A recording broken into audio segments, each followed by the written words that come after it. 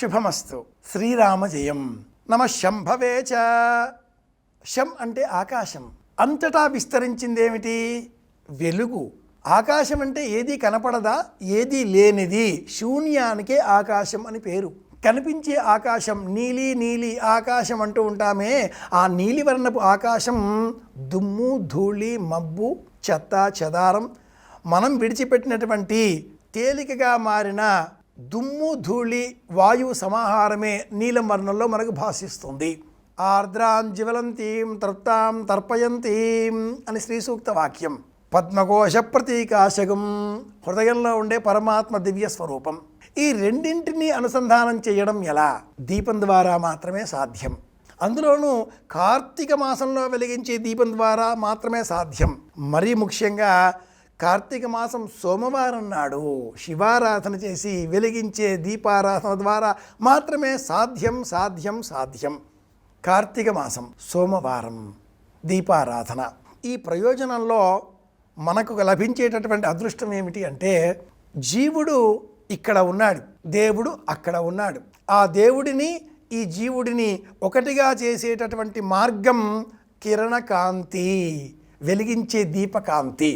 ఒక్క కాంతి పుంజమును మనం ఇలా ఆకాశం వైపు విస్తరింపజేస్తే ఆ కాంతి పుంజం 90 డిగ్రీలుగా ప్రయాణం చేస్తూ అనంత దూర తీరాలకు ప్రయాణిస్తూనే ఉంటుంది.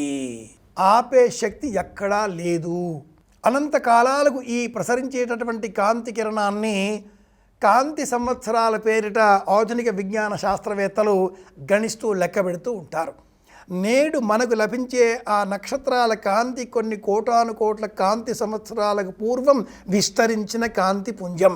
ఇలాంటప్పుడు కోటి దీపోత్సవ కార్యక్రమంలో ప్రత్యక్షంగా పాలు పంచుకుంటున్న మనం వెలిగించే ఒక దీపం, కార్తీక సోమవార శివారాధనకు ప్రత్యేకమైన దీపం అఖండమైన పుణ్య బలాన్ని మనకు అందిస్తుంది.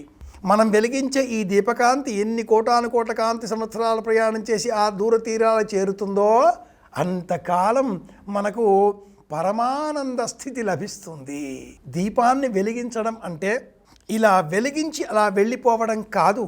మన ఇంట్లో కూడా దీపాన్ని వెలిగించిన అనంతరం ఆ దీప సన్నిధానంలో కూర్చోవాలి, ఉండాలి. దీపం వెలిగించాం, అయిపోయింది మన పని అనుకోకూడదు. కూర్చోవాలి, ధ్యానం చేయాలి, స్తోత్రం చేయాలి, ఇతరములైనటువంటి ప్రస్తావనలకు సంబంధించిన అనేక దృశ్యాలు చూడాలి. దీపారాధన మన ఇంటిలో మనం చేసుకునే సమయంలో దీపారాధన మొట్టమొదటిగా చేస్తాం. అనంతరం గణపతి పూజ, కలశ పూజ, చేతికి కంకణం ధరించడం, సంకల్పం చెప్పడం, ఆ తదుపరి ఏ దేవతను ఆరాధిస్తున్నామో ఆ దేవతను పూజించే క్రమంలో పుష్పార్చనలు, అనేక విధములుగా అభిషేక సేవ, పుష్పార్చన, ధూపం అన్నాక దీపాన్ని వెలిగిస్తాం. దీపం నైవేద్యం, ఆత్మ ప్రదక్షిణ. పలువురిలో ఒక సందేహం ఉంటుంది, దీపాన్ని కార్యక్రమం చివరిలో వెలిగిస్తున్నారేమిటా అనేసి. ప్రారంభంలో వెలిగించే దీపం కార్యక్రమ ప్రారంభానికి సూచన.